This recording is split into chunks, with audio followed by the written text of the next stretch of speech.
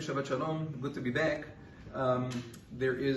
Everybody knows that from now until approximately Rosh Chodesh Av, which is in about a month and a half, Eretz Yisrael and Chutz La'aretz, we're not reading the same parasha.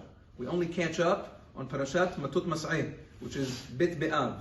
We had a whole shiur about it, why we don't catch up the Shabbat right after Pesach, but that's a different story. Put that on the side. There's one parasha discrepancy.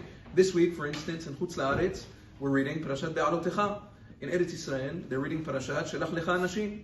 So two different parashiot. So it gets a little sticky when people travel between Eretz Yisrael and Chutz La'aretz during this time. When you go, what do you do about Shenaim, Mikra, Targum?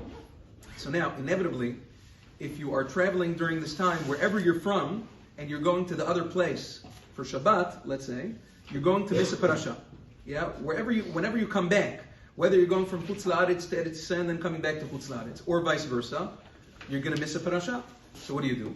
With regards to Shenaim, Mikra, Targum, you do not read Shenaim, Mikra, Targum based on what the Kahal is reading in the parasha that week. Rather, you're going to read Shenaim, Mikra, Targum for the parasha that's being read in your place that you are missing. And then when you come back, you missed the parasha. What are you going to do about it? En manasot.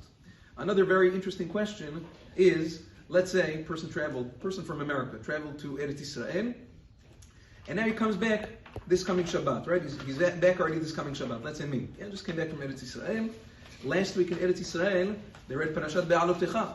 This week, I'm coming back here. What are they doing? Again, Parashat Be'alotecha. In Eretz Yisrael, they're reading next week's parasha. Would a person like me, be allowed to be Shliach Tzibur, be allowed to be the Koreh Torah for Tzibur, for Parashat Be'alotecha this week, if I already heard it last week in Eretz Yisrael? What's the halacha? So now, there are different vantage points of how to look at it, but here's the bottom line is as follows. First of all, let's put it this way. Kriyat Torah is not a chova deoraita. Everybody agrees it's only d'Rabbanan.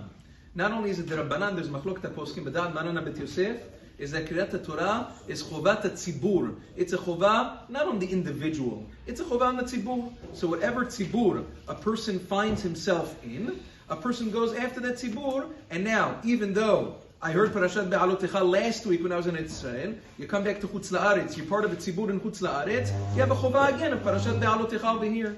Not only that, let me give you another example. Let's say a person is a Ba'al Koreh. Yeah, if you're a Ba'al Koreh, are you only allowed to read in one minyan? Yeah? Let's say I want to read in one minyan, then go to another one, then go to another shul, and another shul. You know, Maran Zechrono Livracha, Maran Chacham Avadia, when he was younger, they were Bachurei Yeshiva. How'd they make a little money? On Shabbat, they used to go in Yerushalayim, him, Agon Cham Ben Zion, and others, they used to split up and read the Torah, Kriyat Torah, in many different shuls in Yerushalayim, and that's it. For every Kriyat Torah that he would do, he would get 1 lira. It was a little coin, but that's how they made a little parnasah. So you can read as many times as you want on Shabbat. Hey, wait a second. If you already read in one minyan, and you already yotzei the chovah, how are you going to read for another one? The answer is because, first of all, since you're part of the chiyuv, you're able to be motzi others also. Not only that, let's say, Maran Zechrono Livracha used to read in 5 different shuls on Shabbat morning. 5 times he would read the parasha. Let's say in each place they want to give you an aliyah. Can you get an aliyah 5 times on Shabbat? Mutar each time. If it's a different tzibur, you can get an aliyah in each one. So over here, la'alacha ma'aseh, it's certainly permissible to come back and read for that tzibur, even since you now are joining that tzibur, and now you have that chovat kriya again. By the way, you should know this is not a new thing. The Gemara says the minhag that we have today, we finish all of the parashiot in the Torah in how long? How long does it take us to finish the whole Torah? 1 year. Nachon? We finish it on Simchat Torah. In Eretz Yisrael, the Gemara says Masechet Megillah, it took them 3 years to finish the Torah. Yeah, 3 years to finish the Torah. So now, that's not our minhag anymore. But we have the minhag of Bavel. They finished it every year.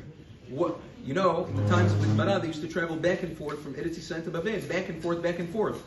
You better believe that many times they got stuck with different parashiot in different places. Malasot, Elama, whatever tzibur you're part of, that's what you do. But in terms of Shenaim, Mikra, Targum, that is the only difference, that you should read the parasha that you are missing that week. So when you go back, you'll be able to come back and merge with your tzibur. Shabbat Shalom Vorach, Tizkor Shem Rabbot.